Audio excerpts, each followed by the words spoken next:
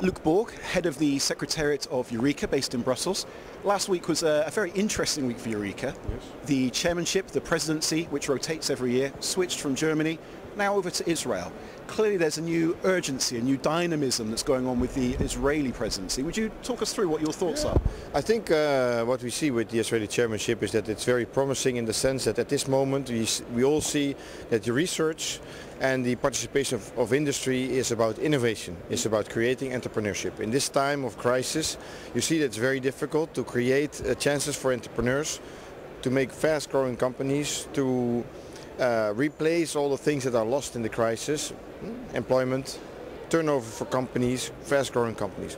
So I think that what you saw in Eurostars with creating new companies, also with the clusters, creating possibilities for SMEs, you will see in the Israeli chairmanship much more focus on trying to service these companies with these projects into the market. Can be second round funding, can be venture capital, can be anything, any service that they need in order to be successful, because many of the projects that start in research finish because there is no follow-up.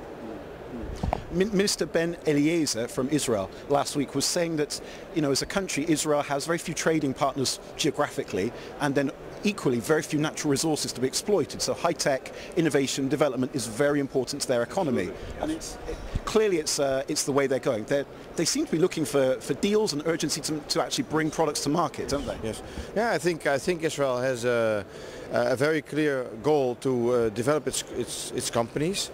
Not for nothing they are called the Startup Nation. So on the 12th and the 13th we have a very nice event. A dinner and a parliamentarian event where we discuss the possibilities of the Israeli approach.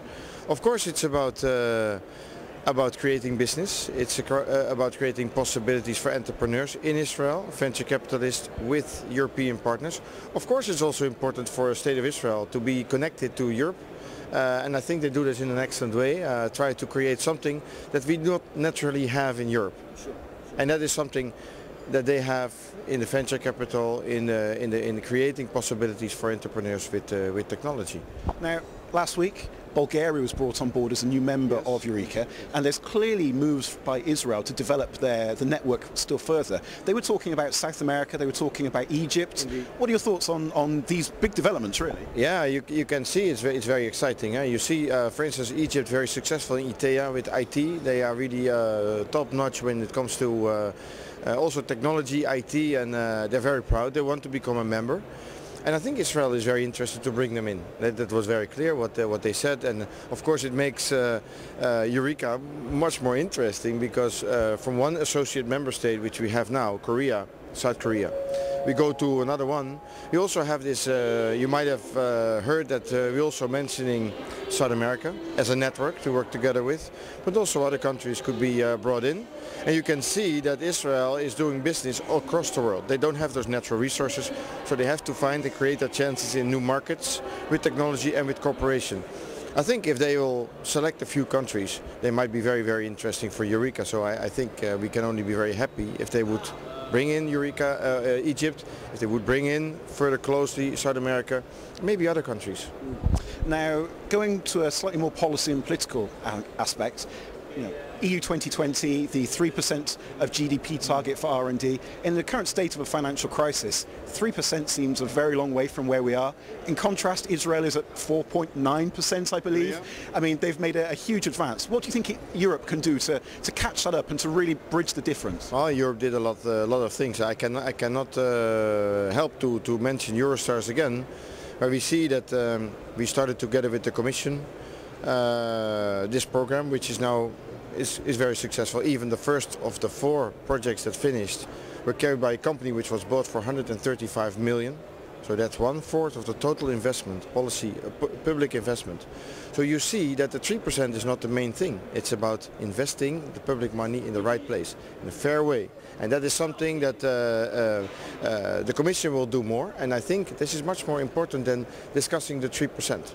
If you look at 2020, it's very clear that the Commission, again ahead of the developments, and they should, is looking at ways to involve all kinds of agencies, participations, to create an era that really works. And it's not about the 3% also. but it's about trying to trigger the right mechanisms in Europe. And then I must say, if you look at Israel, of course they invest much more, but their diversity is maybe a little bit different than in Europe. And if we are creating a diversity of Europe, and using our opportunities with the good programs, we don't need that much money. We will be very, very successful because we have a big home market, and we have the best. We can create our own chances. But I believe that EUREKA should be part of that. Yes. Clearly, obviously. What else would you believe, hey?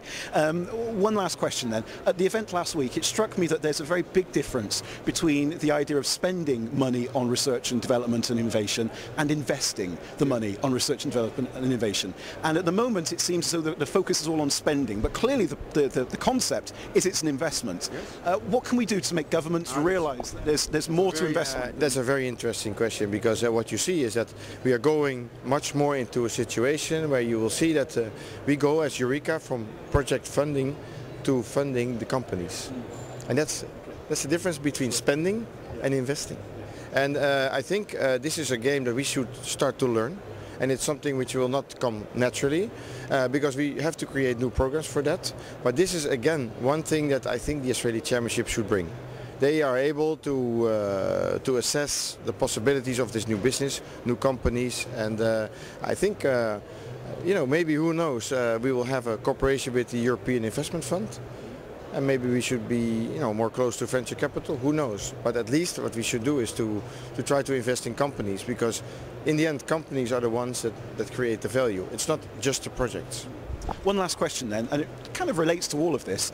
There's clearly a big difference between investing in a project to get it started and actually bringing it to market. Yes. And do you feel there's enough emphasis on the final element, the involvement of entrepreneurs, yeah, getting them involved in these smaller projects and bringing the actual final product to a market where there are people with, you know, the big amounts of money to pay? Yes, absolutely. But before that, we are still looking at two very important things, which is synchronization of funding. If you look at EUREKA, we should be able to create for all the participants in the project a similar time to contract. That's a very important thing. If you have that, you'll be able to move to the market much more quick, and then also the second round of funding will be more easy, because we should never forget that what we do is funding projects, making all, you know, creating the possibility for an entrepreneur to start doing business. But then after that, it should be the market that takes over. It cannot be government doing business. Cannot be. At a certain moment, it should be corporate life that should invest in these projects, in these companies. So I think for us, the first assignment is make sure that time to contract is good, make sure that synchronization between member states in EUREKA is done at a very high level. If we do that, we create the basis for very successful EUREKA, and also something that companies believe in. Okay, Luuk Borg, thank you very much for your time this evening.